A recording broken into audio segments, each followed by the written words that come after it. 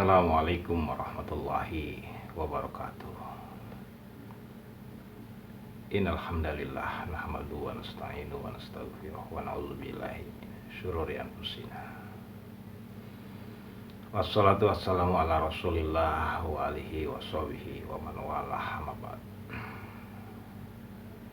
Sahabat-sahabat muslim yang dirahmati oleh Allah Azza wa Jalla, di mana saja adanya, semoga semua sahabat selalu dalam lindungan Allah, curahkan kesehatan, dilapangkan rezeki, dipanjangkan umurnya, dan senantiasa mendapatkan curahan cahaya hidayah dari Allah Subhanahu wa ta'ala. Amin ya Allah ya rabbal alamin.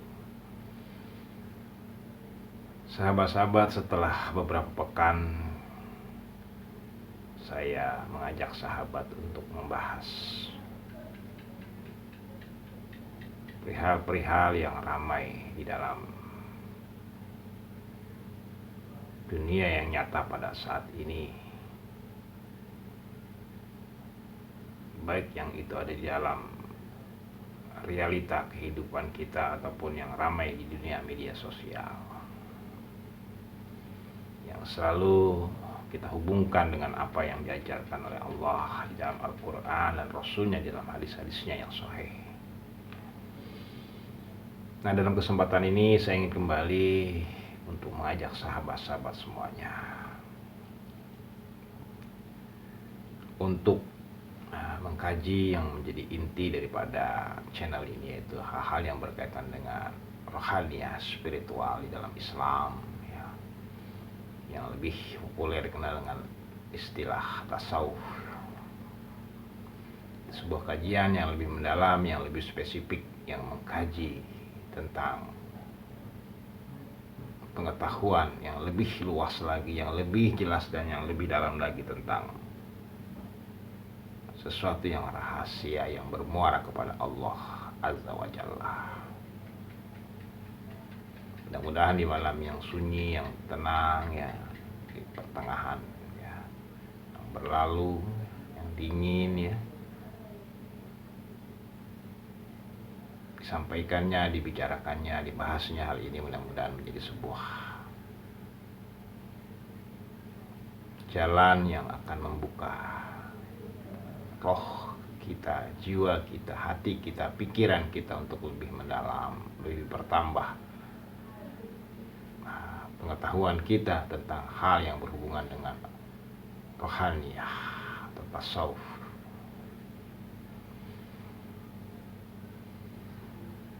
Dan pada kesempatan ini saya akan membahas hal-hal yang berkaitan dengan sosok ahli tasawuf yang begitu sangat fenomenal, yang sangat terkenal, yang populer di Indonesia ini, yang juga sangat kontradiktif dengan apa yang dipahami oleh para ahli-ahli tasawuf umumnya di Indonesia ataupun di dunia ini, yang tentu tiada lain yang tiada bukan yang kita hormati dan kagumi, rahimahullah, Syekh Siti Jenar. Nah, mudah-mudahan ini menambah pengetahuan kita, memberikan manfaat kepada kita.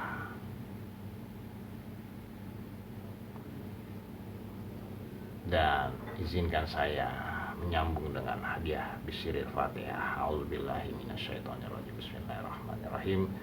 Alhamdulillahirabbil alamin arrahmanirrahim maliki yaumiddin iyyaka na'budu wa iyyaka nasta'in ihdinas siratal mustaqim siratal ladzina an'amta 'alaihim ghairil maghdubi 'alaihim waladdallin. Amin. Syekhuna Syekh Siti Jenar adalah sosok yang begitu sangat terkenal di Nusantara ini dengan ilmu tasawufnya yang begitu sangat tinggi dan dalam, yang terkenal dengan puncak penemuan dalam kajian tasawufnya adalah dengan istilah yang begitu sangat populer, manunggaling kaula Gusti. Namun sebelum lebih jauh kita lebih dalam lagi membahas, mengupas tentang hal-hal yang berkaitan dengan kajian beliau, maka sedikit saya sampaikan daripada latar belakang beliau dari beberapa sumber yang berbeda, dan di sana juga mendapatkan beberapa keterangan yang berbeda. Tapi mudah-mudahan setidaknya ini menjadi sebuah bahan kita untuk sedikit mengetahui tentang latar belakang beliau, sahabat-sahabat muslim yang dirahmati oleh Allah. Sebagian narasumber mengatakan beliau berasal dari Persia, dan sebagian lagi mengatakan dari daerah Malaka. Itu daerah yang dimana dulunya menjadi wilayah kerajaan Malaka, yang daerahnya berada di 4 negara pada saat ini, di Riau, Malaysia, Singapura, dan Thailand.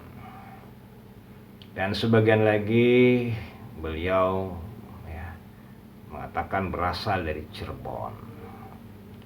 Ya mungkin saja proses perjalanannya dari Persia, kemudian ke Malaka, kemudian melanjutkan perjalanan daripada sisilah kehidupannya ke Cirebon.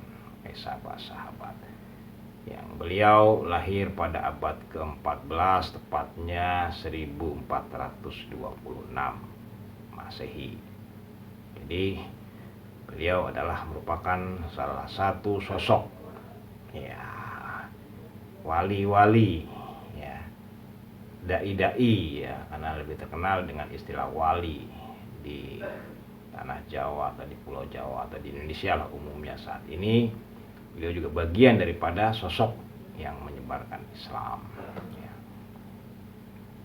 Jadi beliau berasal dari orang tua yang bernama Datuk Soleh, Syekh Datuk Soleh, seorang ahli agama, seorang tokoh agama, ulama yang menyebarkan Islam di Malaka, yang terus melanjutkan tugas dakwahnya ke tanah Jawa, tepatnya di wilayah Cirebon.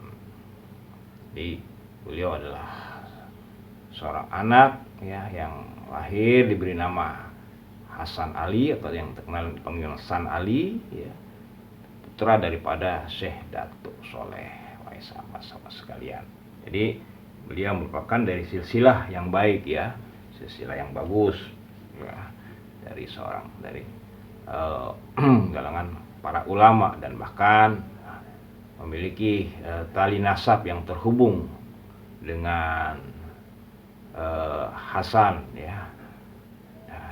yang itu merupakan putra daripada Ali yang beristrikan dengan Fatimah, artinya memiliki nasab yang terkait begitu. Jadi masih zuriatnya Ali bin Abi Thalib. Nah ini perlu saya tegaskan, yang itu merupakan berarti menjadi zuriatnya ahli baitnya Rasulullah Muhammad Sallallahu Alaihi Wasallam. Sahabat-sahabat sekalian, yang pada pekan lalu sedikit saya kasih penjelasan tentang hal ini.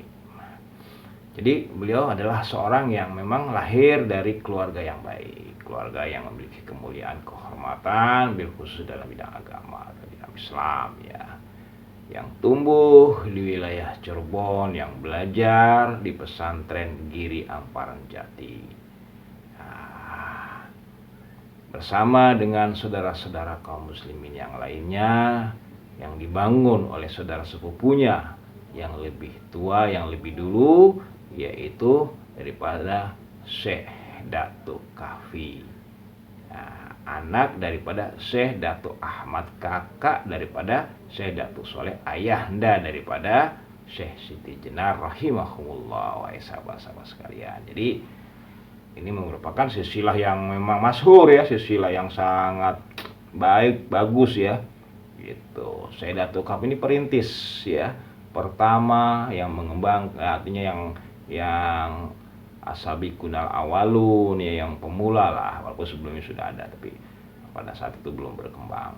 Jadi berkembang lebih pesat lagi ketika Syekh Datuk Kahfi ini mengkhidmatkan diri untuk menyampaikan, menyebarkan, dan mengajarkan Islam di wilayah Cirebon pada saat itu, yang memiliki murid daripada Pangeran Walang Sungsang. Kemudian punya murid lagi adiknya, yaitu Rara Santang dan Kian Santang. Jadi sahabat-sahabat yang dirahmati oleh Allah. Jadi saudara sepupu dari Syekh Siti Jenar ini adalah merupakan pelopor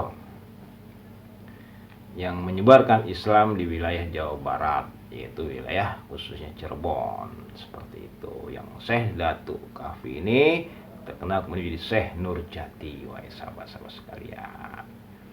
Ini, nah disitulah dia belajar ya di pesantren yang dibangun oleh saudaranya, yaitu Syekh Datuk Kahfi.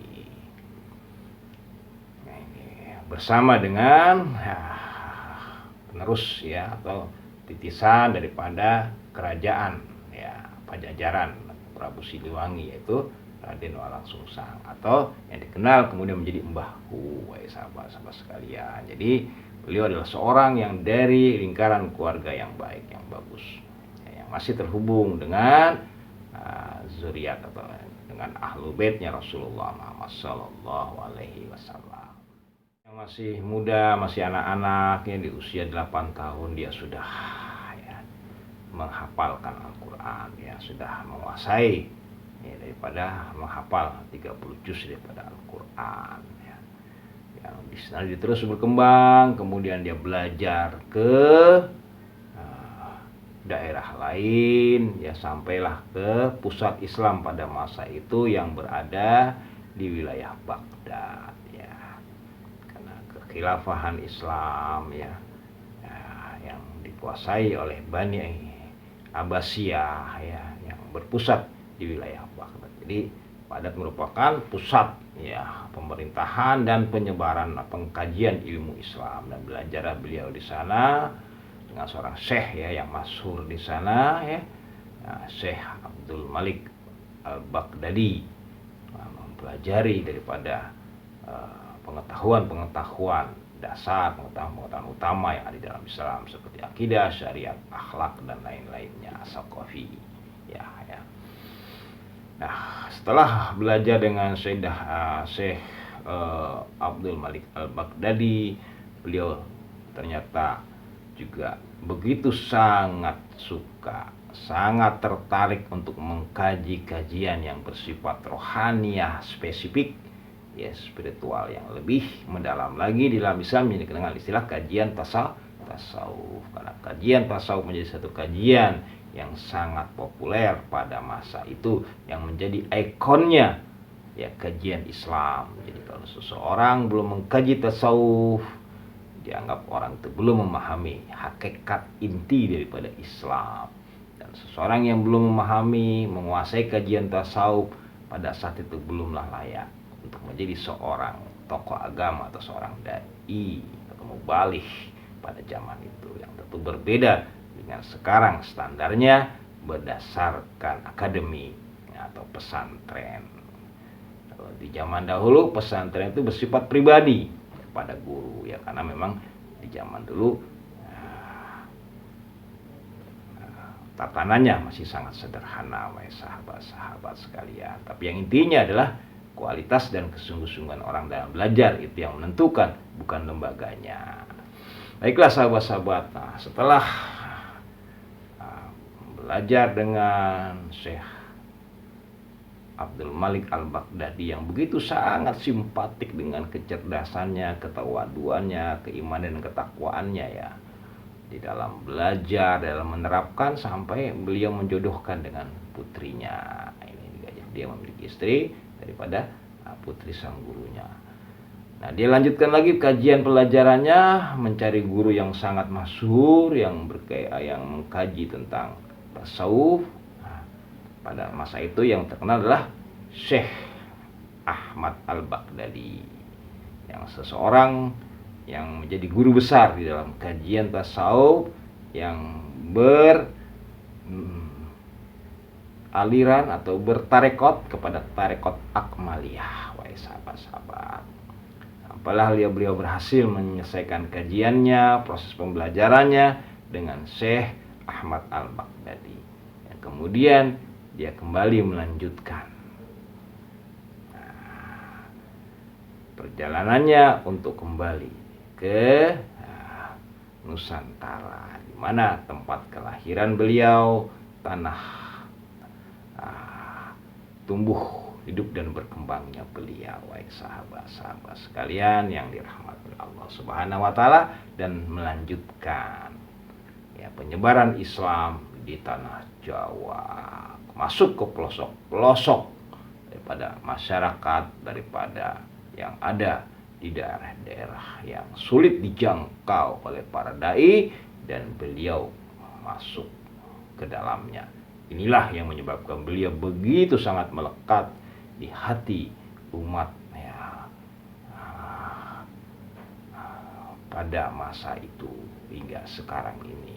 Karena beliaulah yang berhasil masuk ke pelosok-pelosok yang sulit, ke daerah-daerah yang sulit, untuk menyebarkan, menyampaikan dan mengajarkan daripada Islam di tanah Jawa ini khususnya, dan juga di seluruh Nusantara, wahai sahabat-sahabat sekalian.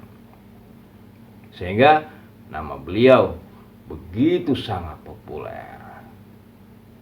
Nah ini, dan kecerdasan dan kedalaman ilmu beliau inilah yang membuat banyak santri-santri yang tertarik.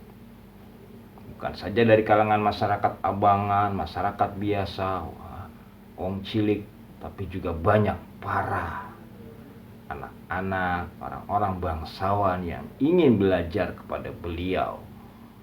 Sehingga akhirnya beliau pun mendirikan sebuah pesantren di daerah Lemah Abang.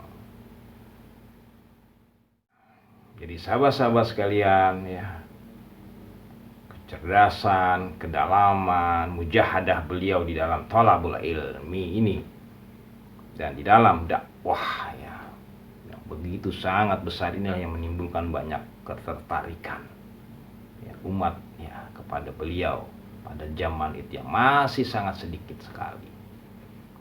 Ya, apalagi masuk ke daerah-daerah yang sulit, yang dimana di situ sarang penyamun, di mana di situ ada merupakan pusat kemaksiatan ya, ke pusat daripada sentral ya, sirikan, di situ beliau masuki. Belum lagi tambah dengan sentral di mana tempat-tempat yang banyak hal-hal yang bersifat tahayul, yang bersifat mistik ya, yang di dalamnya penuh dengan berbagai macam ilmu-ilmu hitam, di situ beliau masuki. Itulah sehingga beliau begitu sangat ya, cepat namanya terkenal ya, daripada seluruh masyarakat yang ada di Pulau Jawa khususnya, dan umumnya di Nusantara, wahai sahabat-sahabat. Dan akhirnya ya, dengan dukungan daripada para murid-muridnya, beliau pun membangun sebuah tempat untuk belajar ya, istilah pesantren, yang dengan pesantren Lemah Abang, wahai sahabat-sahabat sekalian yang berada di wilayah Cirebon, wahai sahabat-sahabat. Dan begitu cepat pesat ya menyebar ya tentang ya, keberadaan pesantren Lemah Abang. Banyak para murid-murid dari berbagai daerah untuk belajar kepada beliau, dan tentu bil khusus dalam kajian tasawuf ya, karena para murid membandingkan dan merasakan begitu dalamnya ya penemuan-penemuan beliau tentang kajian-kajian tasawuf atau rahasia-rahasia yang ada di dalam tasawuf, wahai sahabat-sahabat sekalian. Sehingga akhirnya ketenaran beliau mengalahkan ketenaran para wali-wali yang lainnya, wahai sahabat-sahabat sekalian. Dan inilah yang akhirnya nantinya ke depan menimbulkan sebuah ya problematik baru di dalam ya, umat Islam, khususnya para tokoh-tokoh yang ada di dalam umat Islam, para ulama-ulama, para wali-wali ya, yang ada di dalam Islam, wahai sahabat-sahabat sekalian. Jadi para ulama lebih kenal dengan istilah wali pada saat itu. Nah, ini wahai sahabat-sahabat, yang betul Islam pada saat itu dikuasai. Islam sudah menjadi sebuah semakin menyebar ya di Jawa Tengah, di Jawa Timur, terus seiring menyebar di Jawa Barat ya dengan Sayyidatul Kahfi, kemudian dengan Syekh Siti Jenar ya, kemudian nanti dilanjutkan dengan yang masih ya ponakan muridnya ya, atau rekan belajarnya daripada Syekh Siti Jenar, yaitu Sunan Gunung Jati, Syekh Syarif Hidayatullah. Sahabat-sahabat sekalian, ini begitu sangat besar ya perkembangan dan kemajuannya daripada pesantren Lemah Abang yang dipimpin oleh Syekh Siti Jenar. Ya, di samping mengkaji pengetahuan dasar yang ada di dalam agama Islam ya, menjadi sebuah manhajnya Islam yang ada di Indonesia ini, yaitu dengan ahli sunnah wal jamaah ya, dan kajian akidah, syariat dan akhlak serta adabnya, serta kajian-kajian sakofahnya ya, apakah itu bahasa Arab, mantik, balago dan yang lain-lain sebagainya. Tapi yang lebih sangat masyhur adalah tentang kajian tasawuf yang diajarkan beliau begitu sangat mendalam, dan inilah yang nantinya menjadi sebab ya peran beliau disingkirkan atau diabaikan, bahkan dirusak, wahai sahabat-sahabat sekalian. Nah, jadi begitu pesat pesantren Lemah Abang berkembang ya, sehingga akhirnya menimbulkan kecemburuan dan juga menimbulkan konflik perbedaan dalam penemuan kajian tasawuf. Mana kajian tasawuf ini kajian yang tak terbatas ya, beda kalau kajian fikih ada batasnya. Kajian syariat itu ya sifatnya zohiriyah, ada batasnya, ada wujudnya, mudah diselesaikan, mudah rapihkan berbagai macam perbedaan-perbedaan. Berbeda tentu dengan kajian tasawuf, karena objeknya sesuatu yang mistik, sesuatu yang rahasia, sesuatu yang halus, sesuatu yang gaib, tentu sulit untuk dibuat batasannya. Dan kedalaman daripada Syekh Siti Jenar rahimahumullah dalam mengkaji tentang tasawuf ini begitu sangat total ya, sehingga beliau banyak menemukan sesuatu penemuan-penemuan yang sangat besar, sangat spektakuler, sangat dahsyat, yang akhirnya memancing banyak kaum muslimin yang ingin belajar kepada beliau, bil khusus dari para keturunan-keturunan atau orang-orang yang ningrat, wahai sahabat-sahabat sekalian. Inilah yang akhirnya sampailah ke penguasa Islam yang ada di Demak pada saat itu, yang dipimpin oleh Raden Patah. Jadi ini menimbulkan sebuah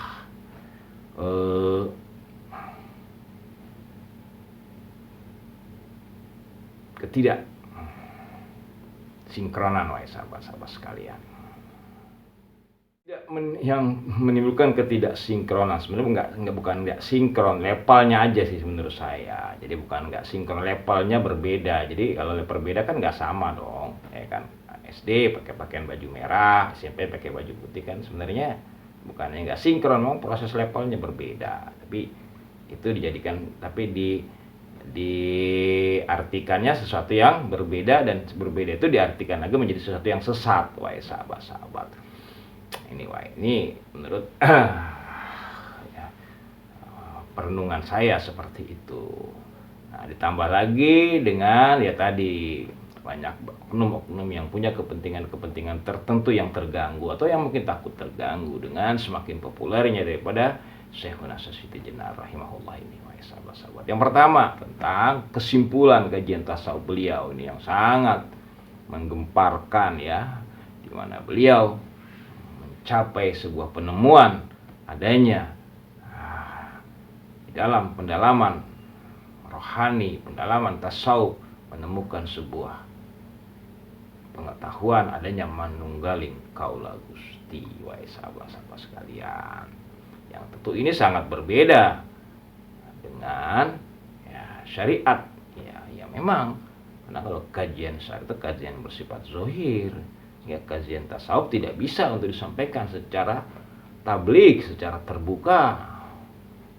Nah, karena itu merupakan sesuatu yang bersifat ya abstrak, gaib yang tidak bisa dizohirkan sebagaimana tidak bisa dizohirkannya Allah secara totalitas, karena Allah memiliki sifat gaib, tapi Allah juga memiliki sifat zohir. Jadi ada bagian yang tidak bisa ditampakkan, ada bagian yang bisa ditampakkan oleh sahabat-sahabat sekalian. Ini menimbulkan polemik dan konflik. Itu yang pertama. Yang kedua, tentang sikap beliau, tentang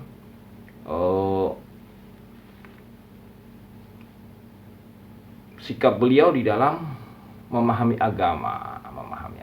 Jadi cara beliau itu, beliau membebaskan, mengajarkan kepada umat dari pembodohan, dari pengekangan dan pengurungan. Ini sahabat-sahabat yang juga menjadi sesuatu yang sangat menarik yang nanti insya Allah kita akan bahas pelan-pelan ya.